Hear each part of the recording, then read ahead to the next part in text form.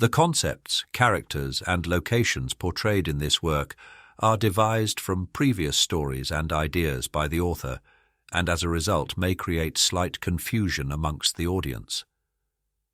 The use of artificial intelligence to narrate the story and voice the characters is not perfect, and may result in brief unintended changes in voicing or narration. This work is the sole intellectual property of Imlad Restructuring and may not be copied, reproduced, or distributed without their permission. All characters are fictitious, and any resemblance to any persons living or dead is coincidental. No Retreat. A brief story originally created as a commission by Imlad Restructuring. Part 1. Restructuring, Repurposing, Line. Abarim Royal Palace, Nes Abaldar. It had taken 2 months and 3 security force memos, but Okefi Vikram finally had gotten what he wanted. Despite the Abera High Kingdom technically being at war with the Alliance of Ascension, a conglomerate of 8 nations, neither the uniformed intelligence apparatuses of the Royal Navy or Army, the Domestic Royal Security Bureau, or the Foreign Sentinel Intelligence Service had not yet determined any significant threat to the capital planet of Bestala. The Royal Guard's own Threat Assessment Division had not confirmed or believed in any marked increase of threats to the royal family or any other of their protectees, at least in the sense from foreign operatives or design. Of course, though, such assessments required ample information from other members of the overall Abarim intelligence community. By some wonder, though, the changes Okafe wanted had finally been realized due to the ramblings of a handful of generals, admirals, and more notably, Chancellor Kor. Bestala would finally move to secure itself in a wartime setting.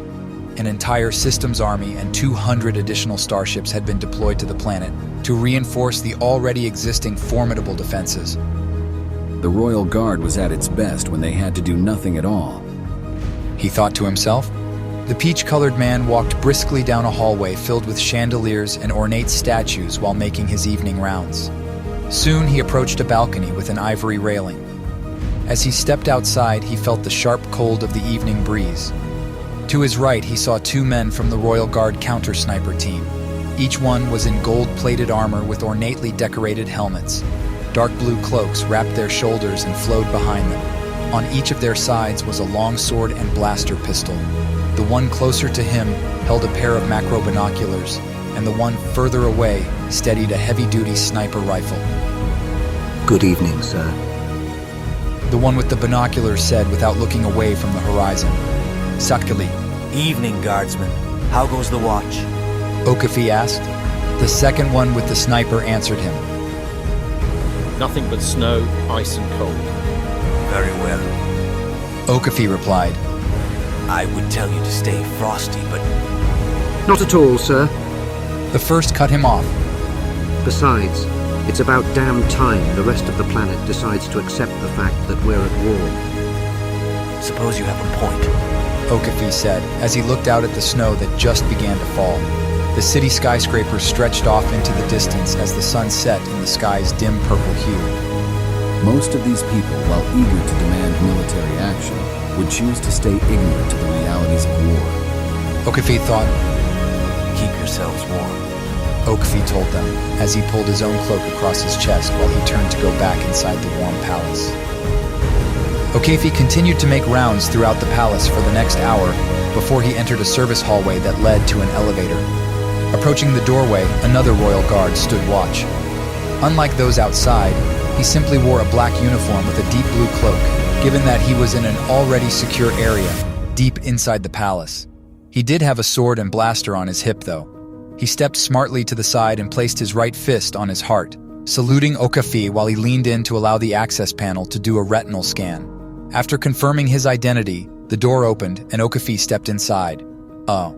Inside the elevator, Okafi pressed a button and waited a minute for the elevator to go down and follow horizontal tracks before the door opened again into a large room. Stepping out, he was greeted to the familiar sounds of over a dozen voices speaking into radio sets. Before him, on the far wall, was a massive set of screens displaying the palace perimeters, status of the royal districts, Bestala's planetary orbit and airspace, and several other interests of security. Colonel at control. He heard someone shout. He looked over to see a man with dark skin wearing a black service uniform with golden emblems of the Abarim flag and 2 deep blue stripes on his arms and shoulders in addition to his cape. His fist was placed over his heart as he saluted. It was Major Neria, the deputy chief of the palace division. Everyone else in the room stood up before Okefe raised his hand. As you were. Okafe responded. He walked over to the center of the room and stood over a holotable displaying a map of the palace with active monitoring locations of almost everyone inside of it. Major Neria came to join him. "Sir, this just came in from Naval Intelligence 10 minutes ago." Neria handed the Major a datapad that he quickly looked at. Several Clatarian warships had gathered for what could only be yet another strike at Abarim borders. Why am I looking at a piece of naval intelligence? Okefe asked. The front line is 1,000 light years away, and we're the Royal Guard here on Beztala. That's just it, sir. Eyes. Neria answered. Sentinel services have, over the course of the past 2 weeks, intercepted multiple transmissions, ordering various sector fleets to be on alert and stand by for a mass attack following a decapitation strike to take place anywhere from today to the next week. Colonel Vikram pondered this. A decapitation strike more or less meant an attack on the Abarim's critical government and military command and control centers here on Beztala. But there was no indication whatsoever that any enemy fleets had managed to sneak by in order to attack the planet, and the Navy still maintained a more than fearsome defense fleet in orbit. Bring up a scan of the Halloran system, followed by the star sector. Okefe ordered. A few moments later, a large map of the star system and larger sector appeared on the main monitor. Looking over it, Okefe saw nothing out of the ordinary. A fleet action above Beztala is all but basically impossible. Okefe thought to himself. There's no way that even a cloaked fleet could get here, and any single ship small enough would be blotted out the sky before they could acquire any targets for orbital bombardment. Manana to...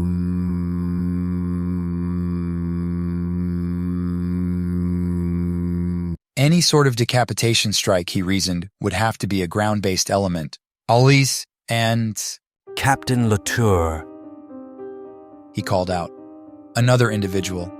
A woman with dark hair approached Okefe from behind as he stared at the view screens. Colonel? She began. Okefe turned around to see his chief liaison officer from the Sentinel Services. How confident are the Sentinels that any major fleet action on behalf of the Clatarians will be preceded by some sort of decapitation strike? He asked gruffly. Latour thought for a moment before she answered him. Sss.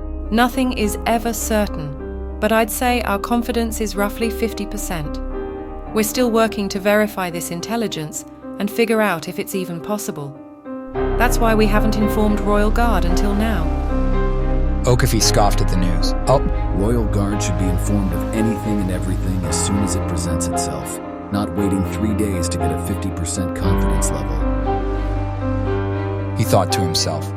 Any sort of attempt has to be done through somebody on the ground, probably already on the planet right now. He asserted. Have there been any developments or inconsistencies with known Alliance troop formations? Anything at all? Okefe emphasized as he stared down at the shorter woman. Standing her ground, Capture Latour responded. We've seen nothing that would suggest anything out of the normal.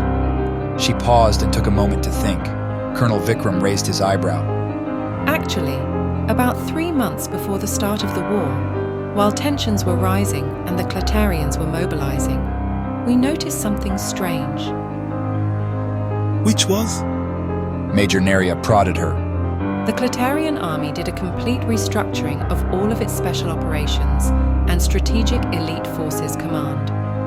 They also restructured their jump trooper corps. We saw multiple commando brigades receive new officers or outright disbanded and merged into existing units. Their most prestigious commando division, Obsidian Krill, was dissolved with an unprecedented amount of transfers. To this day, we're still trying to track down units. I will say, though, The results have been forthright, and they've been extremely effective in several of the current ground campaigns. What do you mean you're still trying to track down units? Vikram asked her.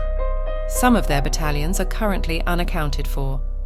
Our current working theory is the ones we can't find were disbanded as a whole, given the new sizes and reduced number of existing commando units. Okafi nodded as he thanked the captain and then dismissed her.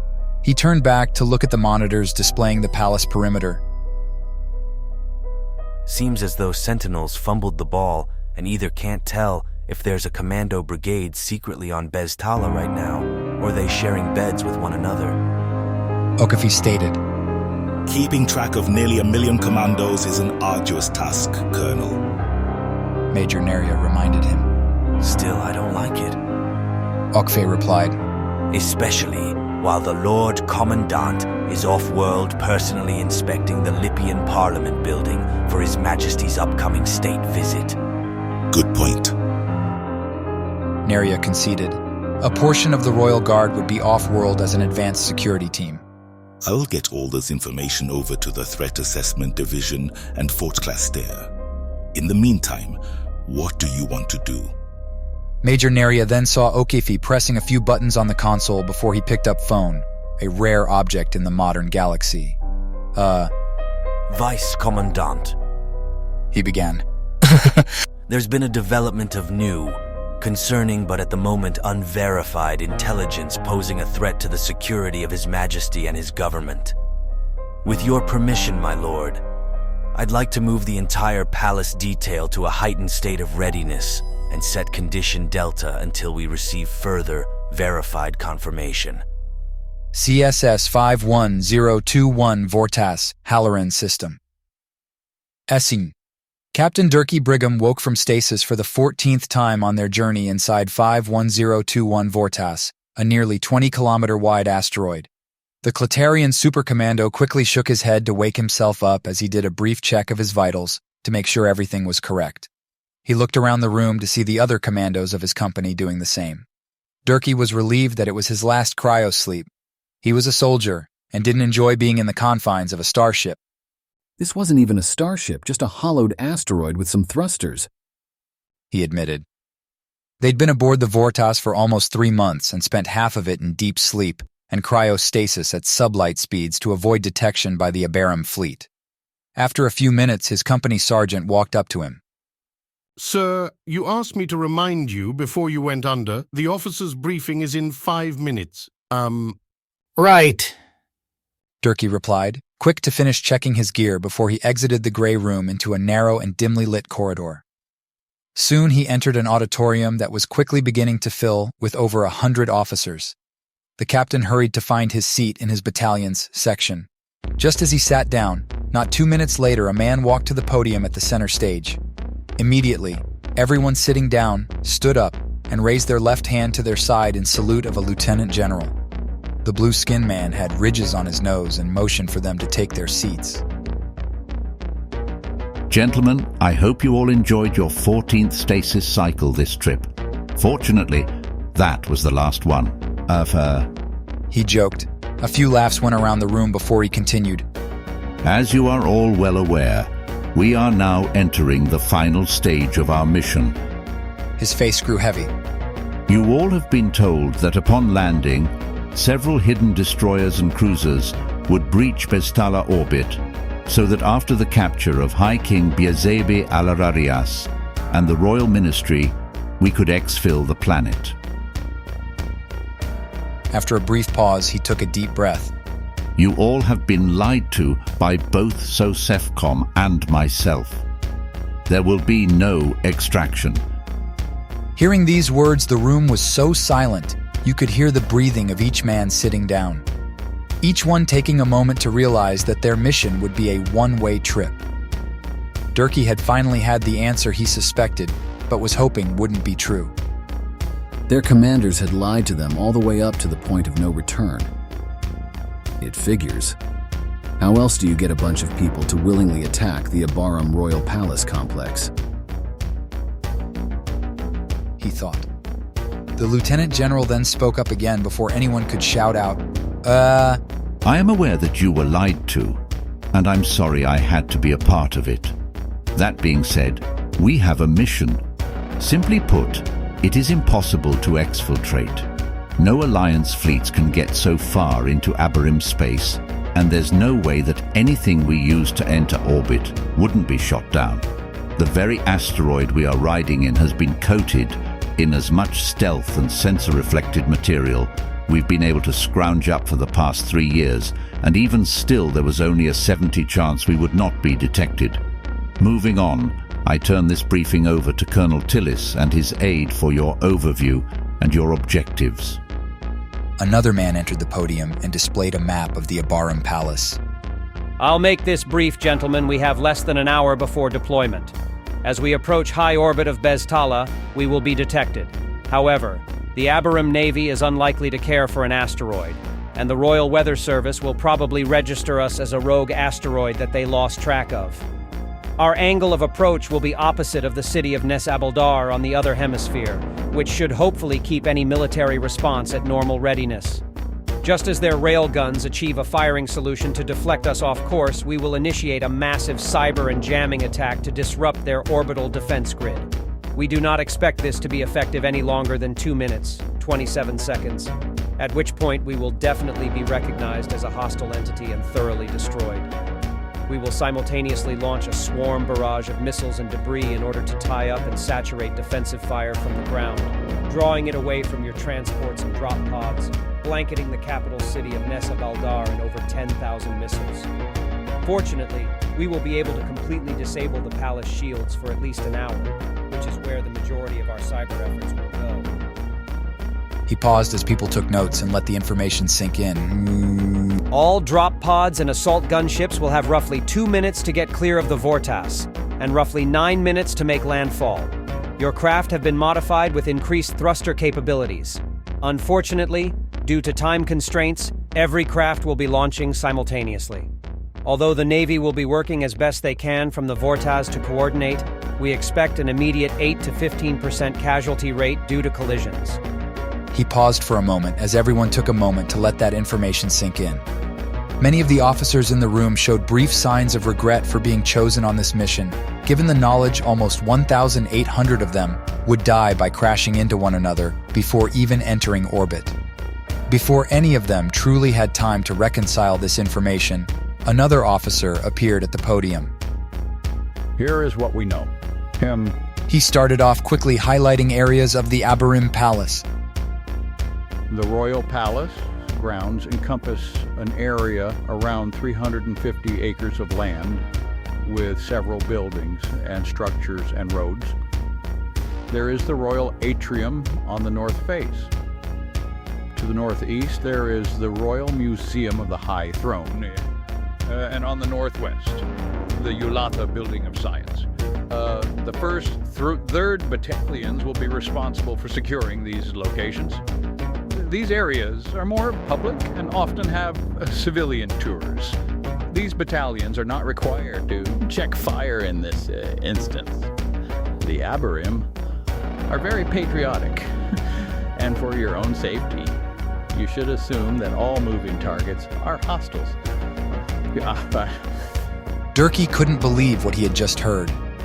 The 1st through 3rd Battalions had just been given the okay to fire upon civilians without discretion. That didn't stop him from listening to the brief, though. On the south side of the complex are the Royal Guard Barracks and Command Center. There are also other security buildings on this ground. A 9th Battalion, the honor of taking this objective goes to you. On the west side are 2 cathedrals assigned to 4th Battalion. The 5th Battalion is to secure the Royal Gardens on the eastern side, as well as the Ministry of State.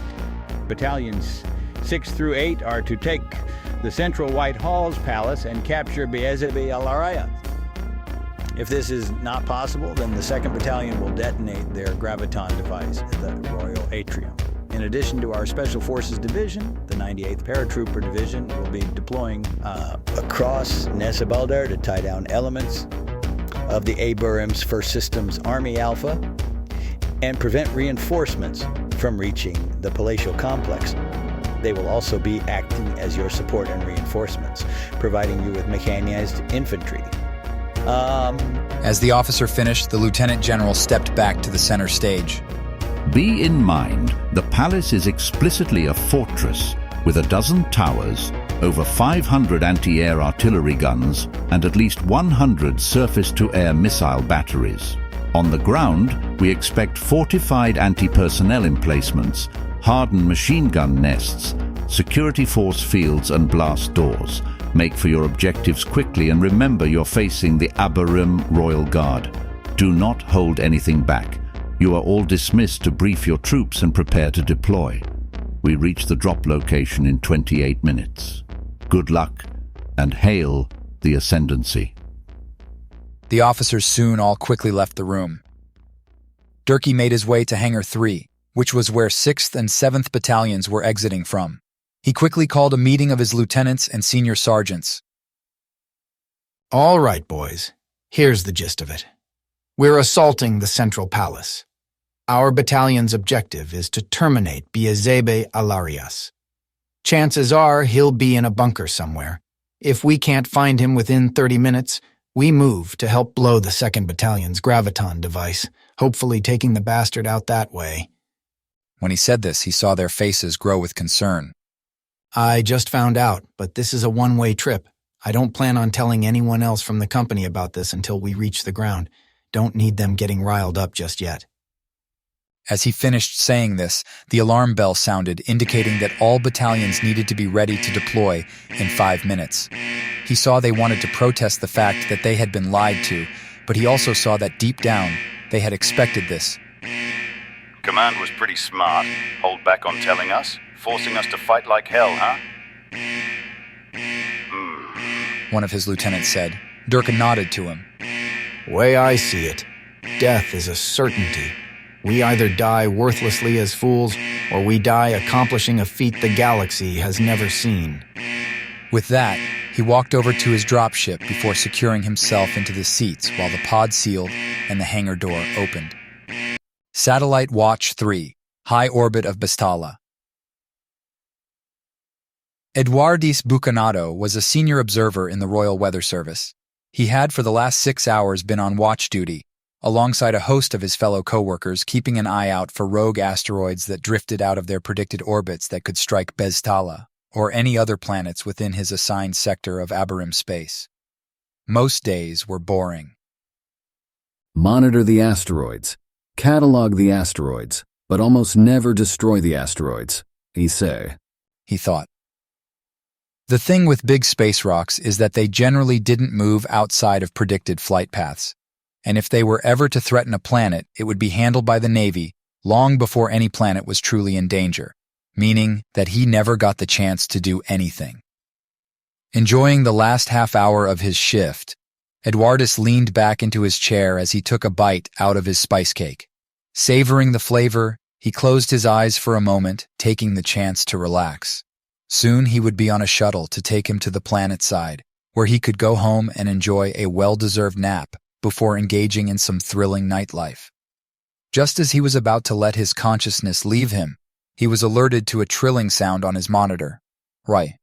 Jerking up, he looked at the screen to see a warning indicator of a large asteroid 20 kilometers wide approaching the planet. It was nearly 1,000 kilometers away, and then a louder alarm rang in the monitoring room.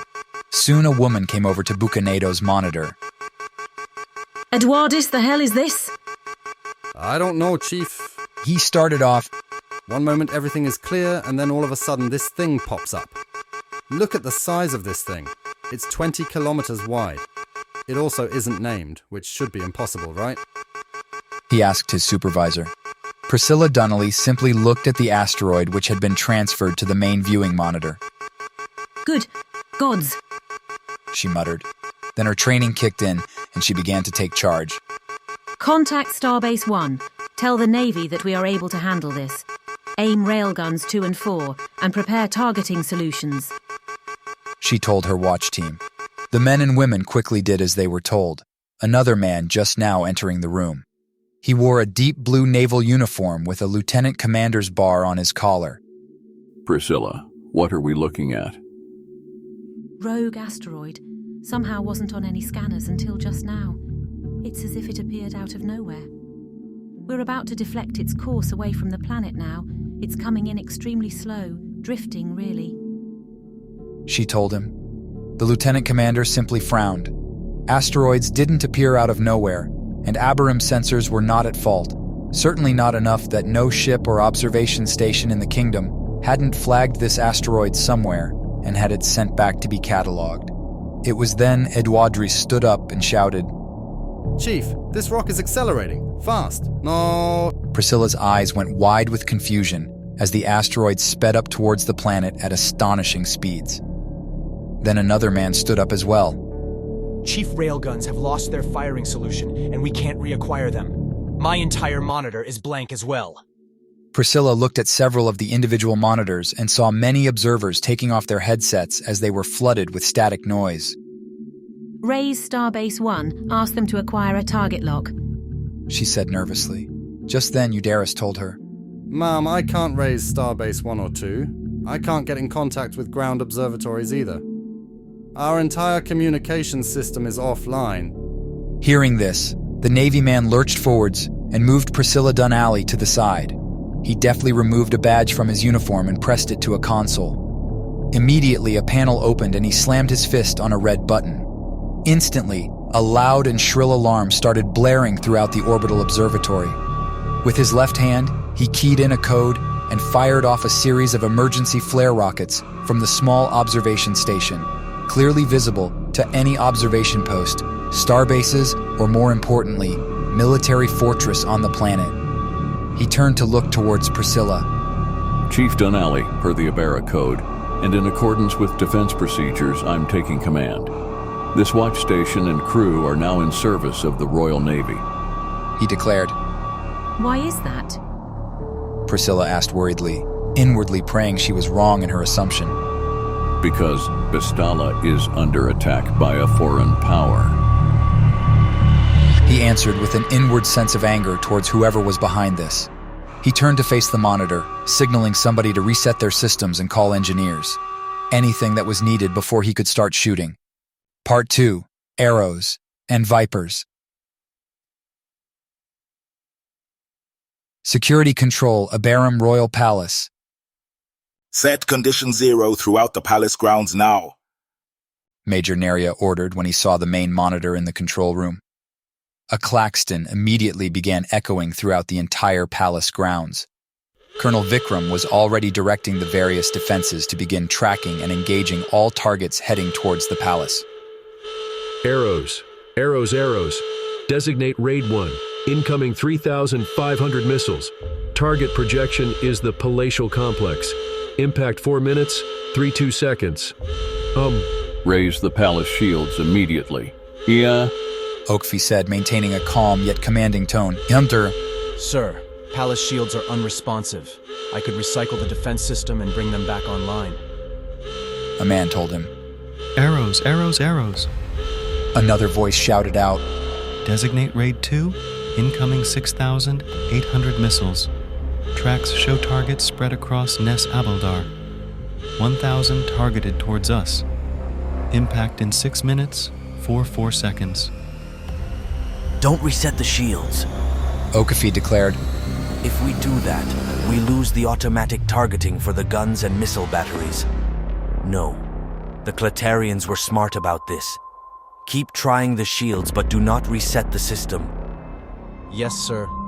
He responded. Arrows, arrows, arrows. Okafi whipped his head around to another systems operator. His eyes went wide as he saw missile tracks. Designate Raid 3. 4,000 missiles incoming towards Whitehall's. Time to impact, 3 minutes, 52 seconds. Looking back at the holographic display of the palace, he noticed he didn't see the monitor of the High King. What's the status of His Majesty? Wah. He's being evacuated now to a secured location. Very good, he said. That's one damn thing that's been done right today. Vipers, Vipers, Vipers, designate Raid 4. Yet another voice called out. Major Neria looked at the guardsman's monitor. First, we've got what appears to be 5,000 drop pods and 400 assault transports heading right for us, landing in 8 minutes even. Arrows, arrows, arrows. Designate Raid 5. Incoming 2,800 missiles. TTI 3 minutes, 12 seconds. Vipers! Vipers! Vipers! Designate Raid 6. Drop pods approaching the Royal Atrium. Landfall 9 minutes, 20 seconds. Okafi quickly pressed a button on the console next to him, patching him through with every weapons control specialist. Fire everything, he ordered. I want anyone within 500 meters of an armory grabbing a handheld SAM and getting outside immediately. When they received the order, even more golden tracer fire than before leaped from the palace walls and tower into the dark sky towards anything that was not designated as friendly. Zipper sounds echoed from Gatling cannons throughout the city as thousands of defensive systems activated, spewing plasma into the paths of the incoming warheads. Thousands of spiral clouds spewed across the sky as missiles took to the air, racing to intercept the ones launched from the vortex. Within seconds, the entire palace complex was covered in smoke. Dozens of dropships exploded, along with thousands of missiles as they were hit. Unfortunately for the Abarim, though, the Cletarians' missiles inched closer to their targets. Thank Muscle that we triple-stocked and loaded our anti-air munitions, O'Keefe thought. Despite the preparations, though, the extra ammunition, while useful, wouldn't help if the missiles were coming in faster than they could fire their own off. Soon explosions rang out across the city. A thunderous boom sounded throughout the control room, followed by several more in quick succession. At the same time, another individual entered the control room. Vice Commandant at Control, Major Neria announced. A pale-faced man with graying hairs wearing a uniform similar to Neria's, but more elegant, moved to the center hollow table. He had a scar on the left side of his face and a stern expression. Keep your seats, he ordered. Notify all counter-assault teams to prepare to repel hostile intruders. Stand by to engage all ground-based anti-personnel defenses, he told Major Neria. The man nodded as he began speaking into a communications device. Missile barrage seems to have died down. The few remaining incoming are being effectively neutered by defense cannons, someone informed him. How badly are we hit? He asked for anybody in the room to answer. 1. So far, damage and casualty reports are still coming in. Preliminary reports suggest major damage to the atrium dome, gardens, and cathedral of Koalumn is burning. The Chancellery building, from what I can tell, sustained minor damage, along with some moderate damage to Whitehall's. A few small fires, but they're being contained. We won't know more for a few minutes. The Vice Commandant grumbled. First wave of enemy troops is expected to make landfall in 3 minutes. Another man spoke out. Put me on with the Major General at Fort Clastair, the Vice Commandant ordered. Within moments, he was connected. Sebas, it's Telkov. The Vice Commandant introduced himself. As much as I hate to say it, I'm going to need that QRF Night Battalion here at the Palace ASAP. I've got 400 dropships and counting thousands of drop pods making their way to the Palace, and all my remaining air defense systems are busy intercepting the last few missiles and falling debris. I already gave the order to deploy the moment I was informed of the incoming asteroid. Only problem is, the Cletarians have a few superiority fighters, maybe 6 of them shooting down their gunships. We've scrambled our own interceptors and mobilized the ground armor unit, but encountered another problem. We weren't as fortunate enough to have 100 missile launchers at my fort. There are craters and destroyed buildings here, and major roads are impossible to traverse. Right now, I have paratroopers landing on top of my barracks. There are firefights all across my base, and I'm getting calls to provide reinforcements to the Senate Rotunda, the Hall of Justice, and half a dozen other government buildings. In addition to that, I've got 14 lieutenants on the line with every police chief and law enforcement director in the city, promising we'll send aid to them. I can maybe get you a company or 2 of knights, but that's it. Reinforcements are on the way, but they'll have to come from other bases. I can't even raise Fort Binsbad or Uladan. They must have been entirely wiped out. And Zeltok Naval Base? Telkov questioned urgently. On the line, but devastated. They do have a few major strips operational, but most of their transport airframes are on fire. They're scrambling their Marines now, though. Understood. Are you going to be okay over there? We'll be fine. Looks like you're getting the brunt of it. Where's His Majesty? The General asked. I can't tell you that. What I can tell you is that he's safe, along with Her Excellency, the Chancellor. All of our protectees have gotten out. You have a job to do. Coordinate and defend the rest of the capital. The Royal Guard shall do ours and defend the palace. Send assistance when and where you can. Understood. Out. Sebas answered.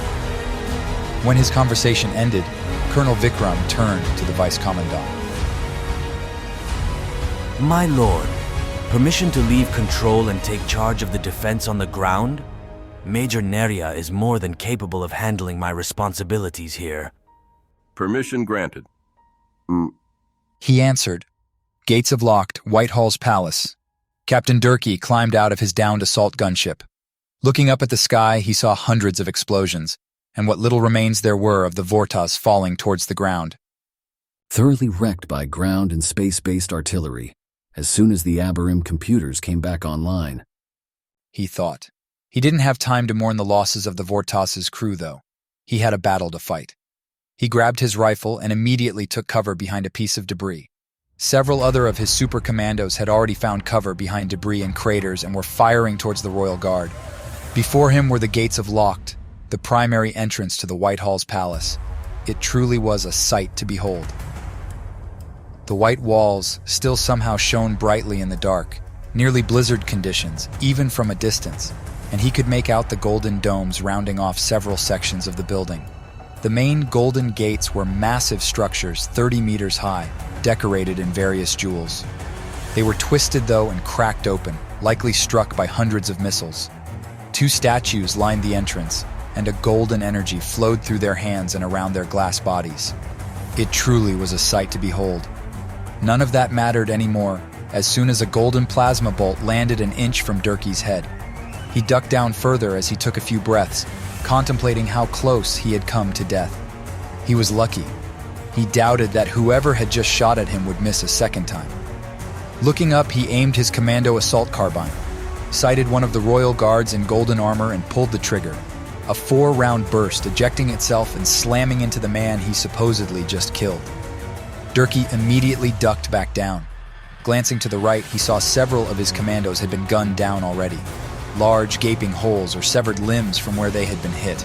For all the genetic alterations and enhancements Super Commandos went through to put them more or less on par with the Abarim physically, genetic augmentation did not stop plasma. Abarim battle rifles were formidable weapons. Durkee conceded. While generally having a slower rate of fire than most modern blasters, they were extremely powerful, and all but guaranteed a one-shot kill to anyone unfortunate enough to connect with a bolt fired, provided they weren't wearing top-quality Abarim armor. His commandos, he acknowledged, could not afford to take a hit, even what would otherwise be a flesh wound in other circumstances. Despite wearing the finest craft the Cletarian Republic could make, it was no comparison. In the 3 seconds he had contemplated all of this, he shouted over the roar of whistling laser fire, First and second platoons suppressing fire. Third and fourth platoons advance now. Immediately, a cacophony of heavy blaster fire filled the courtyard as several super commandos sprinted forwards in a mad dash. Durkee fired several bursts to suppress the Royal Guards, maybe 100 meters from his position. They had substantial protection. His men advancing had none. Within moments, they had been cut down. Captain, we aren't going to breach that gate like this. One of his sergeants yelled to him. There's not much cover out here until our engineers can deploy their portable barriers, and those Royal Guards are not going down. Durkee nodded before firing once again into the same Royal Guard he had shot before. This time, when he fell over, he pulled the trigger a second time, shooting into his downed body to ensure his kill. Although the Mk-11 assault carbine was rated to down Abarim soldiers in 4 to 5 shots, Abarim Royal Guards had significantly better armor, making his 4 to 5 shots more like 7 to 8. At rockets right on that doorway, Durkee ordered. one of his commandos unslung his rucksack and removed a light rocket launcher. Loading one of the shells, he took aim at the gate and fired. A second later, a thunderous boom filled their ears. 3rd platoon, take the gates now. Durkee heard somebody shout. Durkee also took this chance to leap over the piece of debris that had been shielding him. He sprinted across the courtyard littered with the bodies of his fallen comrades until he reached the entrance. The first few commandos that made it through briefly checked if it was secure, firing their carbines into the heads of any downed royal guards they came across. Durkee had ordered they take no chances. Signaling for his radio man, he spoke into one of the secure comms devices. So, Animas 2, Yipper Base. We've just secured the entrance for the gates of Locht. Requesting additional reinforcements, we've taken egregious casualties. Then DC. Animas 2, this is Yipper Base, we copy. Stand by and secure, reinforcements en route. Nimas 2, Yipper Base, we copy. Durkee put away the radio before surveying the damage. Already, with only 5 minutes of contact, he had lost 83 of his 120-man company to what appeared to be less than 20 royal guards at the entrance. And this was only light resistance. He shuddered at the thought of the casualties when they undoubtedly encountered a serious defensive line. Throne Antechamber, Whitehall's Palace. 1 minute after detection of CSS 51021, Vortas. Master Sergeant Roncharin had achieved what many in the Royal Guard would consider a dream. He was a member of the Naranu, the Royal Guard's elite throne division assigned with the sovereign duty of being directly responsible for the protection of their Royal Majesty and immediate family, and in some cases the Chancellor. Not only that, but he was a leading sergeant on the High King's personal detail. Unlike the Royal Guard, the armor of the Naranu was of even finer craft, and rather than being plated in gold, they wore dark silver armor with their blue robes. Despite such a prestigious position, he spent most of his time watching over a monarch young enough to be his own, albeit adult, son. Still, though, Roncharin couldn't think of a place he'd rather be. In the throne's antechamber, the Master Sergeant admired the glass statues of previous kings and shining pillars. No doubt his fellow guardsmen felt the time. In all, there were 6 of them in the antechamber. 3 of them were armed with rifles, and the other 2 with glaives. Only he had his hands free, although each of them was armed with a sword and pistol. Staring down the empty hallway for the past 5 hours had gotten tiresome, though, and just as he was about to pace the distance to circulate his blood and alleviate some of the boredom, he got an alert from his helmet's communication system, same as all of the other Naranu guards in the hallway. Each of them stiffened up. Roncharin immediately turned around and threw open the doors to the throne room. He didn't have the time to marvel at the jeweled golden throne in the back center of the room or the white steps leading to it. Nor did he have time to take pride in the white Abiram banner on the wall, a golden palm in the center, seeming as though it held 5 glowing stars in its hand.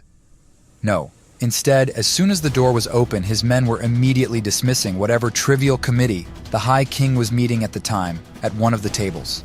The door flying open instead startled the young man, who had been at the head of the table with a drink in his hand, now spilled on his gray suit. He had violet eyes and caramel skin, and an otherwise intelligent appearance. No sooner had the door opened, Roncharin and another guardsman had practically lifted the man out of his chair. Your Majesty, a hostile incursion is currently underway as we speak. Please, stand up and come with us. We have to get you to a secure location immediately. Now even more Naranu guards were in the room, 3 dozen more.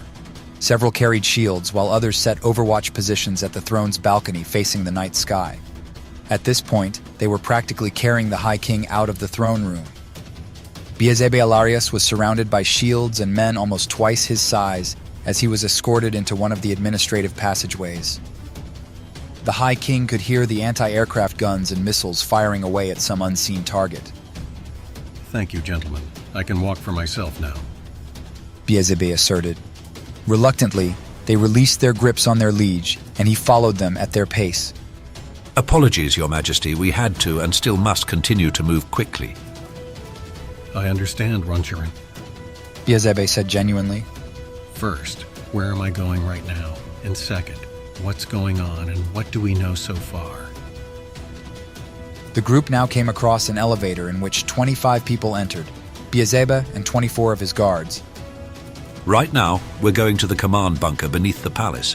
Once we ascertain if it's safe to fly out, we're going to evacuate on the Solaire to Junua. We've already activated the perpetuity plan to ensure continuity of government. And the incursion? From what we can tell, what appears to have been a massive asteroid that was hollowed out and completely covered in stealth material was used to transport several Cletarian super commando battalions. That's all I know right now. Beelzebub nodded. A minute later, the elevator stopped, almost 30 kilometers underground.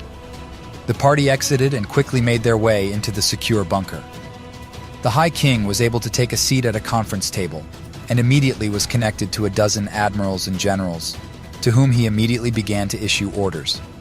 Despite his lack of experience, Beelzebub Alarias was sure to take actions on several of the galactic fronts to prevent the Alliance from attacking a disorganized and disjointed navy. Seeing that His Majesty was safe and secure, Master Sergeant Roncherin quickly exited the bunker complex to assist in the overall defense of the palace. Part 3. Whistles Roars. Gates of Locked, Whitehall's Palace. Okefe Vikram had made his way to the entrance of the central palace. He had not bothered to grab his helmet, nor had he bothered to grab any rifle or heavy armaments.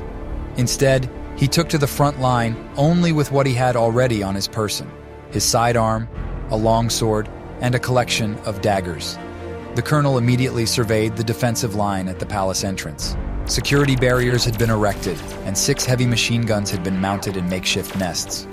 Before him, he saw at least 400 Cletarian supercommandos attempting to advance to the palace. They had previously made it to the gates when only a few small roving patrols had been nearby. From what he had gathered, they put up a good fight before they were overrun and killed with plasma bolts to their heads. Fortunately, though, a collection of counter-assault teams was already en route and had forced the Cletarians back outside. Now the super commandos fought to try and regain entry into the White Halls. Pulling out his pistol, Okefe fired into the nearest super commando he saw, downing him after 3 quick shots to the chest. He reached for his communicator. Snipers, I want all your fire focused in this order. First, target anyone holding a rocket or missile launcher. Second, focus fire on super commandos attempting or manning crew-served weapons or constructing mobile defenses. Third, target anyone appearing to be an officer, sergeant, or radio man. Afterwards, you may engage targets at your discretion. The sniper teams then began engaging targets rapidly, as more marksmen took overwatch positions on the balconies and high windows. Okefe then ducked for cover as a series of rockets exploded above him. Those snipers need to work faster or we're fucked, he thought to himself. Sir! Someone called out to him. Okefe turned to see a lieutenant. I have updates on the battlefield for you. Go on! Okefe shouted to be heard above the sounds of exploding plasma bolts. Ozawaisen. Cletarian commandos have breached the atrium and building of Science and Ulata, but they're being held in place by the 9th Response Company. The barracks were attacked but quickly repelled. The Vice Commandant has directed 3 Naranu Cat teams to start making their way here now. A second later, Okefes was thrown off his feet. Moments later, Okefe picked himself up off of the ground. Surrounding him were the bodies of several royal guards. A rocket must have landed near here, he thought to himself. Soon more Naranu reinforcements arrived, shoring up the defensive line Vikram had drawn and replacing the losses they had previously sustained. Suddenly, a torrent of lasers ripped into a cluster of Naranu guards next to him. Okefe scowled at this. Even though ultimately the Cletarians would be beaten back, at the current moment his men couldn't afford to trade shots back and forth. Pride and honor was of the essence. Surveying the damage, he could see several dozen royal guards had been downed. He suspected hundreds of his guards had been killed here alone, and as he looked around, he saw many of the wounded continuing to fire into the Cletarians with their sidearms. In front of the gates, Okefe was able to make out almost 1,000 supercommandos, many who had been firing explosive rounds rather than traditional plasma bolts. He couldn't keep this up.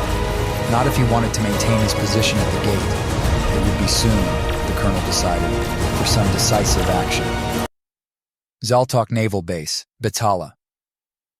Captain Ilyash stood waiting anxiously on one of the massive landing strips of the Zaltok Naval Base.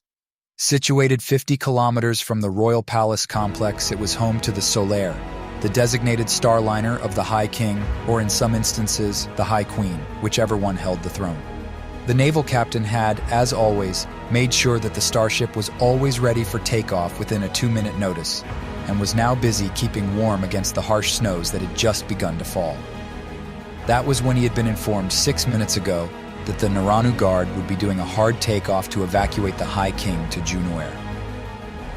As Captain Ilyash waited outside, he took note of the increased security, as dozens of royal guards who were on station at the airbase maintained a healthy perimeter. Captain, convoy is 1 minute out. An ensign informed him. Thank you, Ensign. Initiate final launch checks. The ensign quickly ran back inside the elegant starship just as a series of airspeeders approached. They stopped just shy of 50 meters from the entrance, and immediately a dozen Naranu guards ran out. In the middle vehicle, someone opened the door and Bizebe Alarias stepped out into the cold night air. As soon as he was clear from the vehicle, he was being rushed towards the starship. Within seconds, they had pulled him up the entrance ramp, followed swiftly by Captain Ilya. When Ilya had entered, a Naranu guard closed the starship's entrance as Captain Ilya moved to the ship's bridge. As soon as he had arrived, he gave orders. Abole. Clear permission to depart from the control tower and inform Starbase 1 of our takeoff. Aye, Captain. Control tower and Starbase. 1 signal clear for departure. Confirm escort, Butler. Captain, 4th Fighter Wing is scrambled and providing escort until we clear the atmosphere. Destroyers Hoshi, Verandis, and Tuyan are on station to escort us to Juno Air. Very good. All retro rockets fire full burn, drive thrusters 80% power. Aye, Captain. The ship's helmsman said. The starship immediately lifted from the ground and angled upward.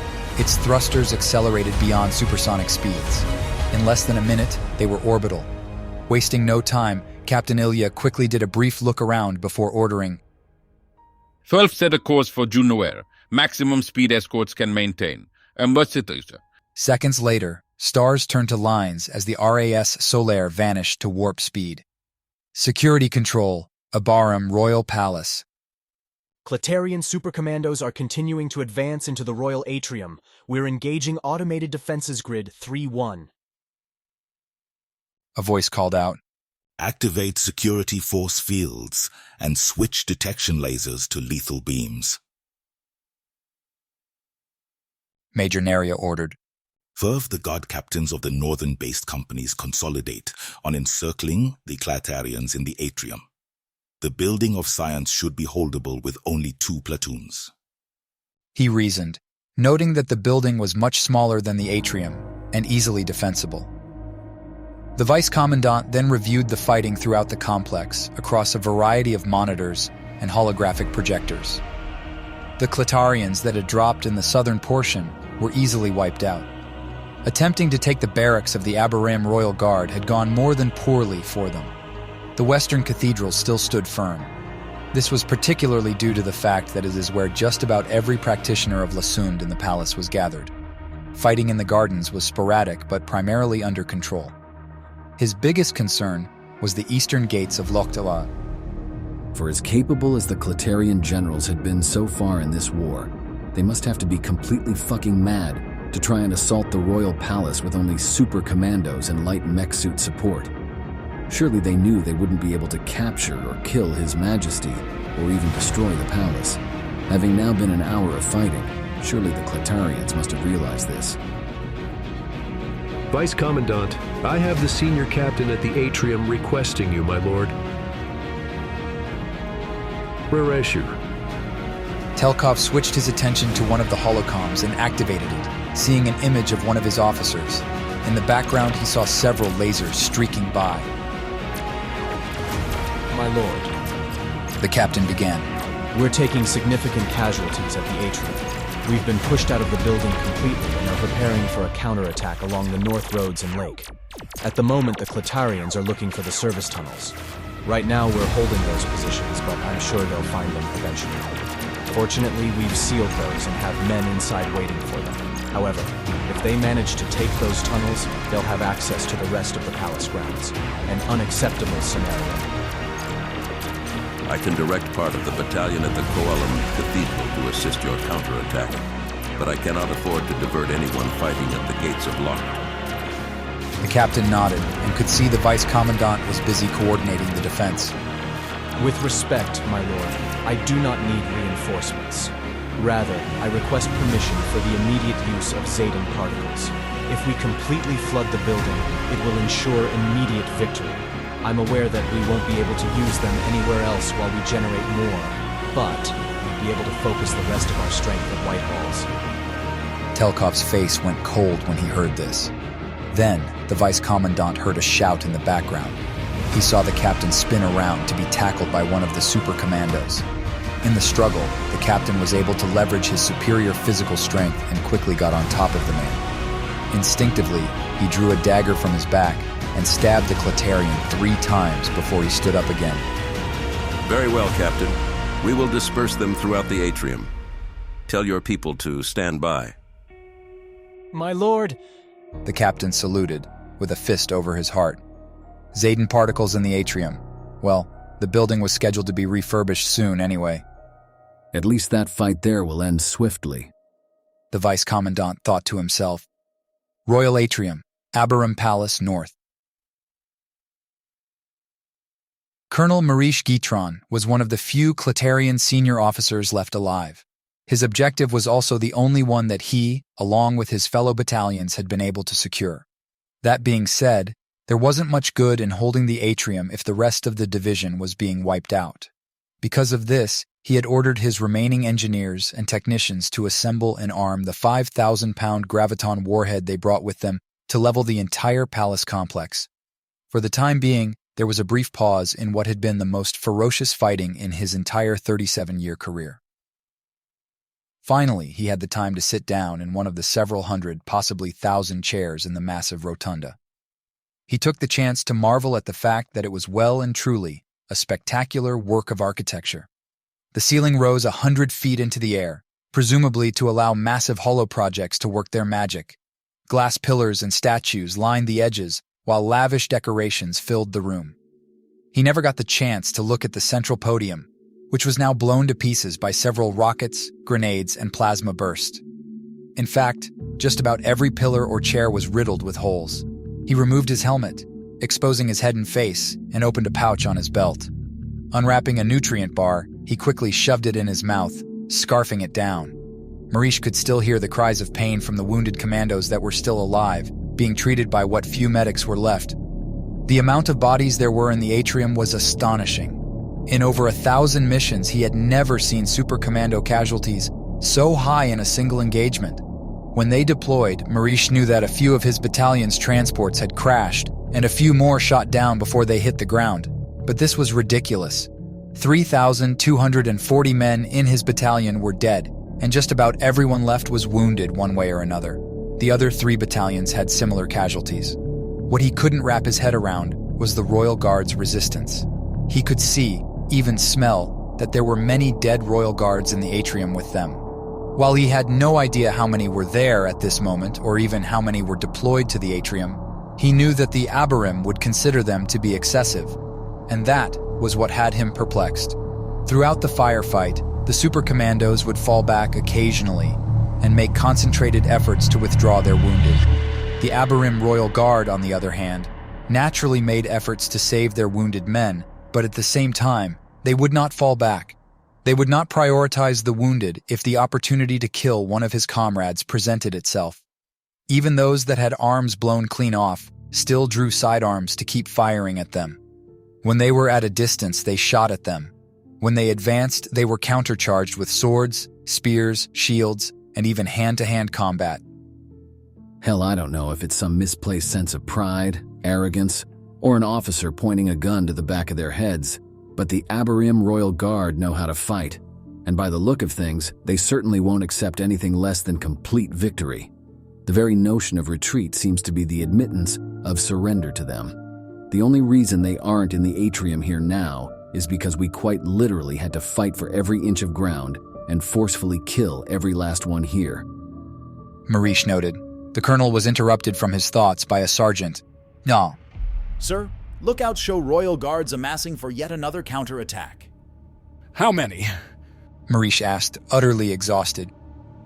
Hundreds, although we can't spot any rifles among them. That's strange. The Abarim do engage in melee combat, but usually they intermix melee units with ranged support. Have the machine guns facing the roads swap out their barrels. If the Royal Guard wants to run across a field with no cover and no suppressing fire, let them. Sir? The sergeant replied before walking off. The Royal Guard may be recklessly defiant in their refusal to surrender or retreat, but that's understandable given the fact that they're defending their palace. Their pride really is on the line. But they aren't stupid enough to charge a defended position without ranged weapons. Just then, he heard a shouting coming from his comlink. The word shook him to his core and lit off a spark in his mind. Gas, gas, gas. Marish scrambled to put on his helmet. The armor was sealed and pressurized, so nothing should be able to penetrate. Then he saw purple particles coming from the floor and ceiling vents. The gas started corroding the chairs and finer furnishings within the atrium, but their armor should protect them. Only because they were wearing upgraded Super Commando armor with reactive material coating. He thought. He ran to the second level, where multiple machine guns had been put up, and looked outside to see the Royal Guard just beginning to charge. His onboard computer was still working to identify the type of chemical attack being used against them. By now, the particles had filled the room and nobody seemed to really be hurt, except for those who hadn't had their helmets on, or the wounded outside their armor, he reasoned. Simultaneously, one of the machine guns 50 feet away opened fire, and a second later the weapon overheated and exploded, killing the crew. Several more explosions rang out from those who depressed the triggers of their assault carbines. We can't shoot them, he said to himself. Our plasma rifles will overheat. Then the computer identified the gas as Zayden particles. Immediately he shouted, "Ooh." Hold fire! Zayden particles, we can't shoot them! He cried out. Contact the other battalions. The enemy are negating our plasma weapons. Tell them to switch to kinetic rounds. Sir, communications are completely jammed, someone said in response. He turned to look outside the window and saw a mass of golden armor rushing towards them, seemingly carried faster on the wave of a single unified roar. But gates of locked Whitehall's palace. Captain Durkee knew something was wrong when they had lost contact with the battalions north at the atrium. He also knew that over there, the fighting had been truly brutal, although he reckoned his guys had it worse. He was one of the lucky few who managed to retreat when his company encountered a Naranu counter-assault team shortly after breaching the palace entrance. Quickly, they had been forced to turn tail and run for their lives back outside to where friendly reinforcements were amassing. The rest of his company was not so lucky. Now he had been assigned to another ad hoc troop formation. What ensued after his initial retreat was the single greatest firefight in what he believed to be Super Commando history. Thousands of Super Commandos had tried and failed to breach the massive gates into the central palace grounds. They were determined to force their way inside, and the Abarim Royal Guard had been just as, if not more determined, to ensure they never set foot past the entranceway again. The palace lawn was strewn with bodies from both sides, and more Cletarians continued to fall faster than they could kill their enemies. Then he heard a roar echoing across the battlefield.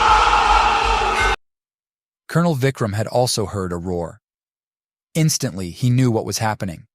Someone, somewhere, had just organized a major charge against the Super Commandos. Knowing that additional forces had been sent to the atrium, he figured it was over there. It wasn't until he got the notice that a massive amount of Zayden particles had been dispersed to fill the atrium. Did he have confirmation of his suspicions? Okafi took a look over the front lawn to see that the Cletarians looked confused. Royal Guard!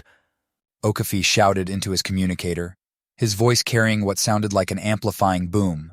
Several turned to look at him as he got their attention. His face was contorted with determination as he continued. The enemy seeks to desecrate the White Halls. Shall we let them? No!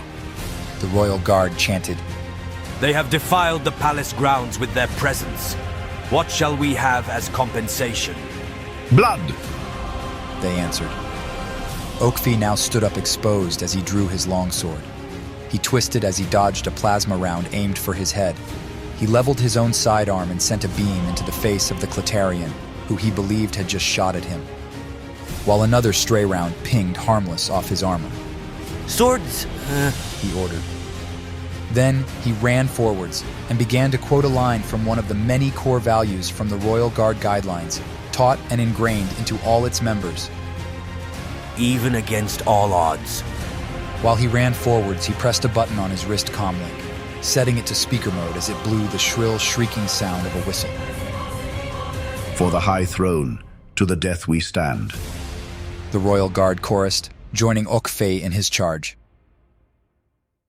Durkee was hiding in a crater of what was probably once a flower bed.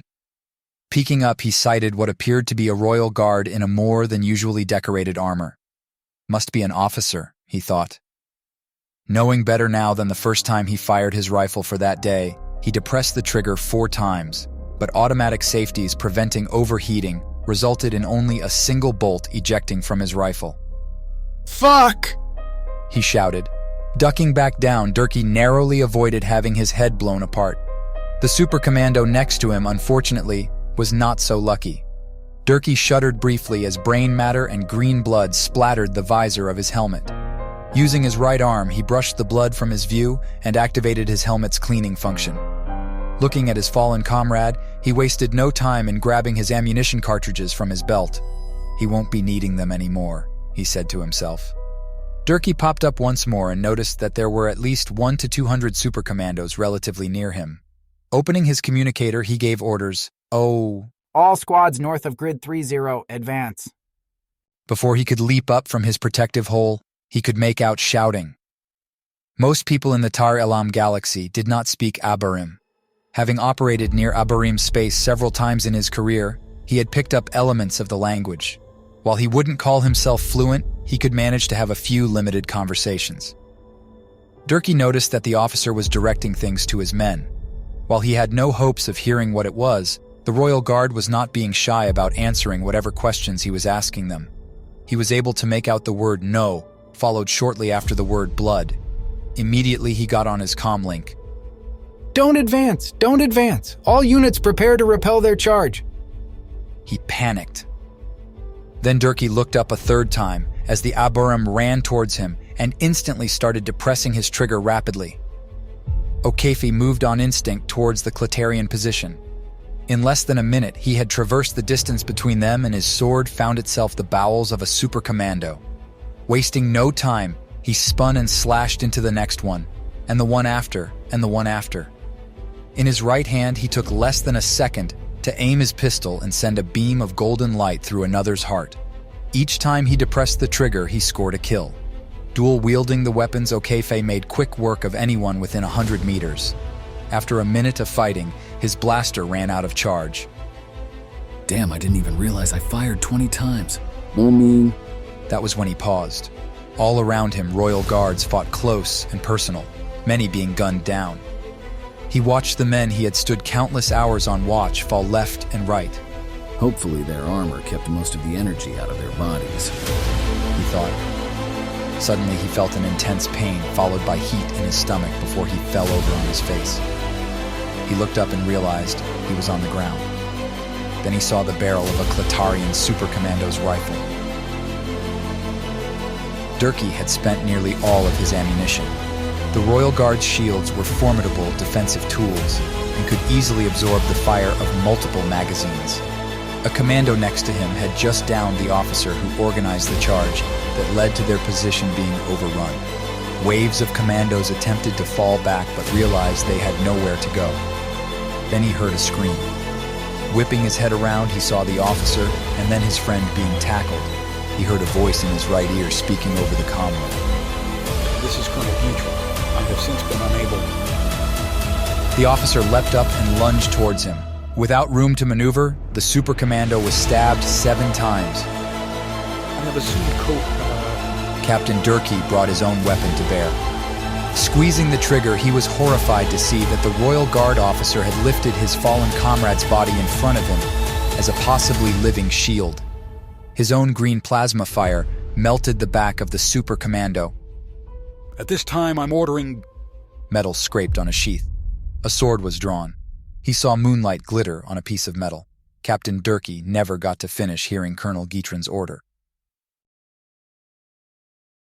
Thank you for listening.